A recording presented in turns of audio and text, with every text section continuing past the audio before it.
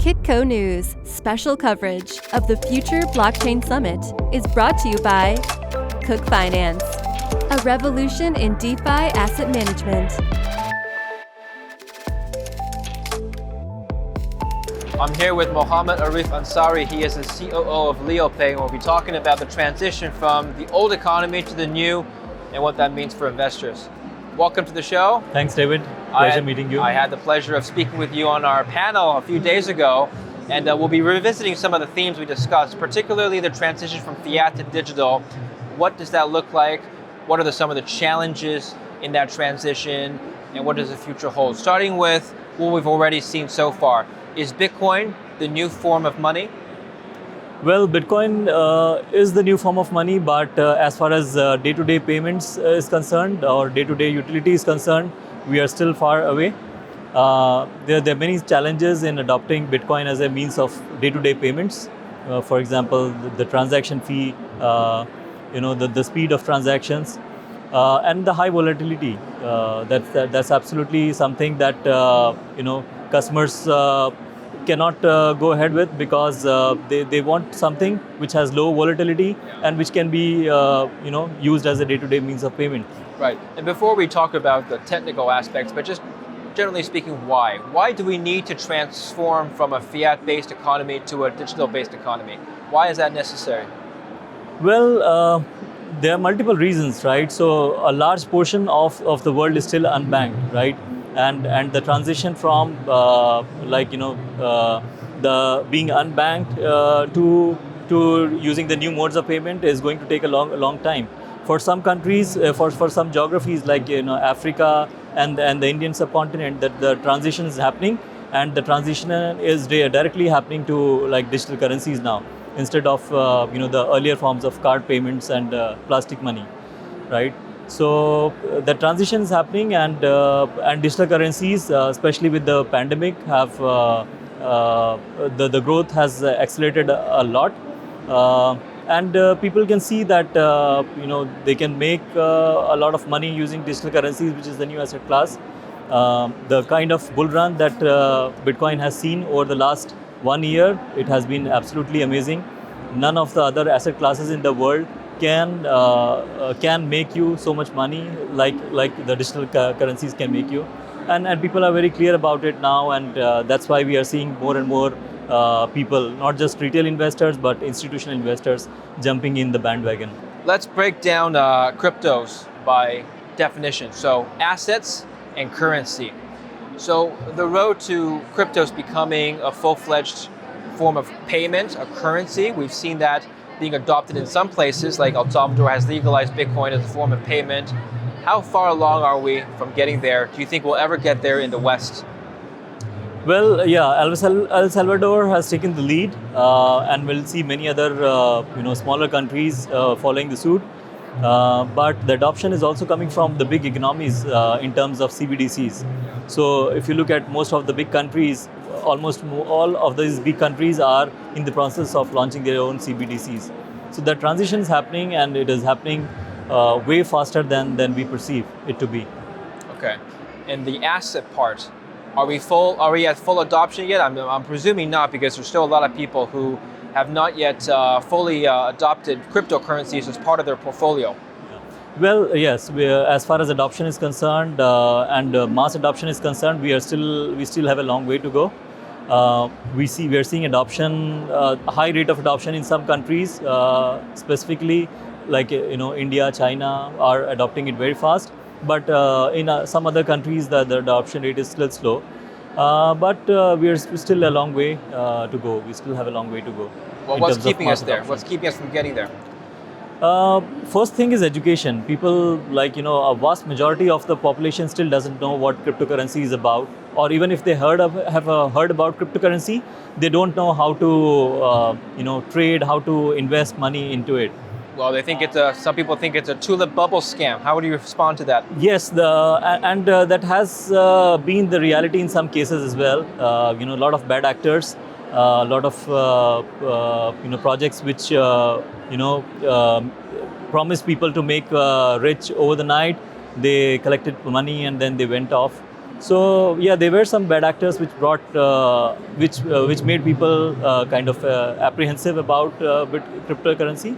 But yes, in terms of when they start researching about it and then they start reading about it, they see that yeah, there are more good actors and more good projects than the bad actors. Okay. Let's talk about the rise of central bank digital currencies and what that means for the regular everyday consumer. Do you think our form of payment in that case, when CBDCs will be launched, will be drastically changed? CBDCs, in terms of definition itself, they don't, cryptocurrency is a decentralized currency. But if the government is launching its own CBDC and want the people to use only the CBDC, again, the whole concept of decentralization gets defeated.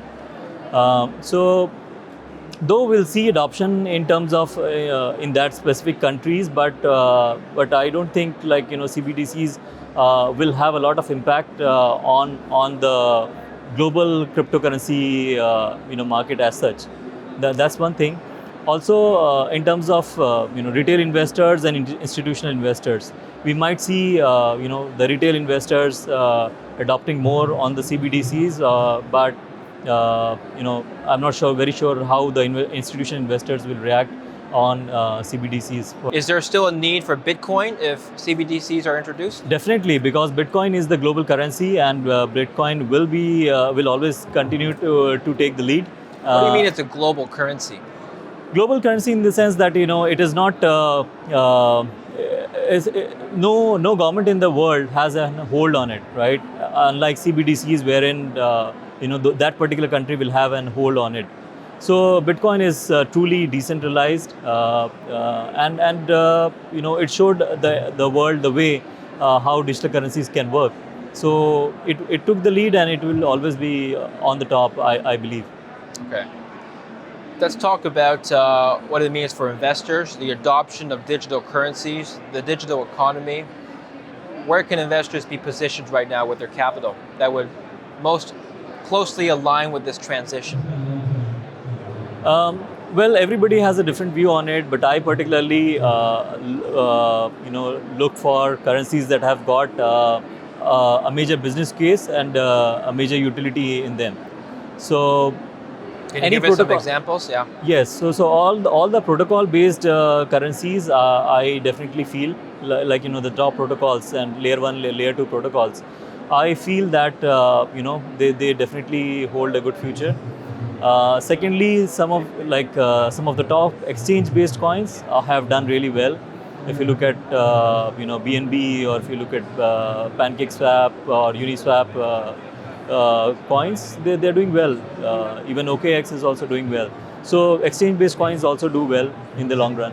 What's your personal view on Bitcoin? Do you think it has more price appreciation and growth left? Yes, I think Bitcoin is more of a store of value, and we are already seeing massive growth now that the first ETF has been introduced. Bitcoin ETF has been introduced. We are again seeing another bull run, and I personally feel that this will continue till the end of the year. We might see Bitcoin going up to 100,000 as per the crypto experts this year. Okay. Tell us about LYOPAY and how LYOPAY fits into the blockchain ecosystem. Well, LYOPAY is a super app with more than 40 services and products all in one platform. We are working towards having a single sign-on so that the customers do not have to use multiple apps or web platforms for multiple services. They can get everything in one platform. We are already live with more than 10 services, and we are going live with more and more services and products every month. We are going live with our own cryptocurrency exchange by end of this year, and we are going live with our travel platform through which people can book flights, hotels using crypto. So we already have we are on top of our execution roadmap, and you'll see a lot more services and products in the coming months. One of our other core product is LYOTech Labs, through which we are building hardware products like LYO Tab, LYO Watch, and Leo phones. These are like fully encrypted phones, and we are already showcasing these products here in the Future Blockchain Summit, and it will be in the market soon in the coming months. We are also coming up with a fintech accelerator where we'll be integrate and incubate promising fintech projects. Good. Arif, I want to thank you so much for coming on the show today. My pleasure. The pleasure is all mine. Excellent. Thanks. Thank you. Thank you for watching Kitco News. We'll have more for you. Stay tuned. Kitco News special coverage of the Future Blockchain Summit is brought to you by Cook Finance, a revolution in DeFi asset management.